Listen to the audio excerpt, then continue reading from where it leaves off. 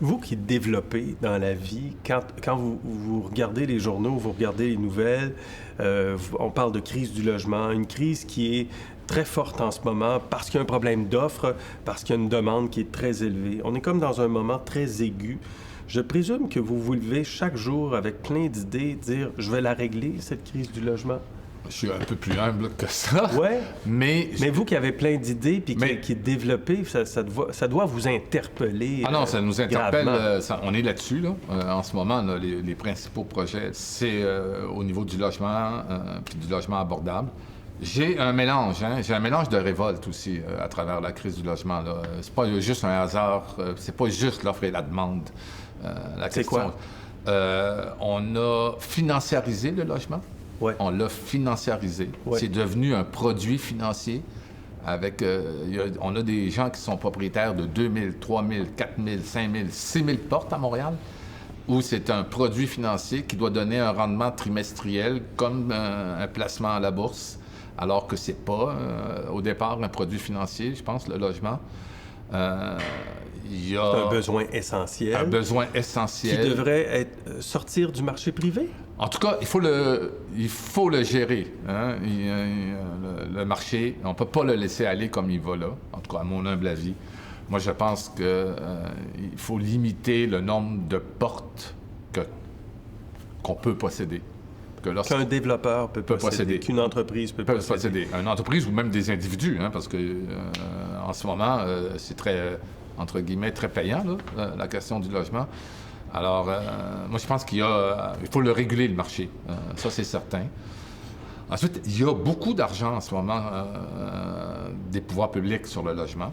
Il y a beaucoup d'argent, que ce soit à Québec ou à Ottawa. On subventionne beaucoup. On subventionne beaucoup. On a énormément de difficultés à closer les projets parce qu'on doit travailler avec l'administration municipale, la Société d'habitation du Québec, la SCHL et le banquier, dans l'occurrence pour nous Desjardins, et jamais on a les quatre à la même table. Donc on est toujours... Alors il y en a un qui demande quelque chose qui est le contraire de ce que l'autre demande. Alors on perd énormément de temps et d'énergie alors qu'il y a une crise. Mais si vous étiez ministre de l'Habitation, ce serait quoi le plan Iaccarini pour rétablir l'abordabilité, l'accessibilité au logement? Je continuerai ce qui est en place. Vous le savez, il y a 1,8 milliard de dollars à Québec pour construire 8000 logements sur les 5 prochaines années. Donc, je continuerai ça. C'est sûr que moi, je régulerai le marché, comme j'ai dit. Puis, je resserrerai certains programmes. Pour s'assurer que c'est vraiment de l'abordabilité et qu'il n'y ait pas de petites mailles lesquelles certains peuvent passer. Plus d'OBNL, comme la corporation Mainbourg qui vient d'acheter dans l'Est 720 unités, ils sortent du marché.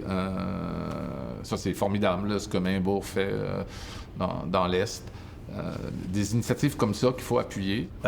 Vous avez écrit récemment « Il y a trop de requins dans l'aquarium ». Il faut ramener le marché locatif et résidentiel vers un capitalisme à visage humain. Trop de requins. Vous travaillez, vous êtes un développeur, vous n'êtes pas un requin, mais il y en a plein dans le marché. Oui, il y en a, hélas, il y en a. Qui font quoi? Qui alimentent la hausse des prix? Qui alimentent la hausse des prix, qui rachètent des portes, ils appellent ça des portes. Juste cette notion-là, c'est pas un logement, c'est une porte. Moi, je possède tant de portes, etc., qui font des rénovations pour aller chercher un programme du fédéral, pour aller chercher un financement sur 50 ans à des taux préférentiels. Il y a toutes sortes de... Moi, j'appelle ça de la magouille, là, mais c'est légal, c'est tout à fait légal pour aller chercher, entre autres à la SCHL. La SCHL a un programme où tu peux avoir un taux préférentiel en hypothèque sur 50 ans. Pour te conformer à ça, pour aller chercher ce programme-là, il faut que tu fasses 25 % de tes logements en bas, pour Montréal, la région de Montréal, en bas de 1 080 $ par mois. De loyer. De loyer, en bas de 1 080. Alors, donc, c'est un beau stimulant, ça, pour construire des logements. Le problème, c'est que la SCHL n'a pas dit c'est quoi la superficie minimum de tes 25 % à 1080. 1080, c'est peut-être un 3,5, 4,5. Oui, mais tu peux en faire un studio de 450 pieds carrés.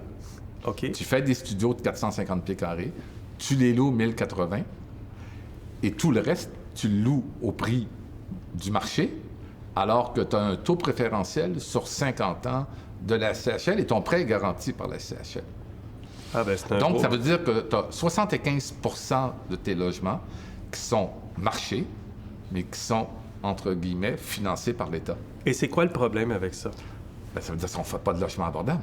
Le 75 n'est pas abordable.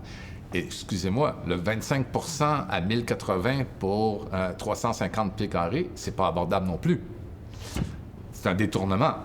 Tout à fait légal, mais c'est un détournement. Je comprends le principe au départ du gouvernement qui dit avec ça, je vais favoriser la construction de nouveaux logements, mais il y a un effet pervers là, en ce moment-là. Pour voir nos émissions en entier, rendez-vous sur la chaîne Ici RDI.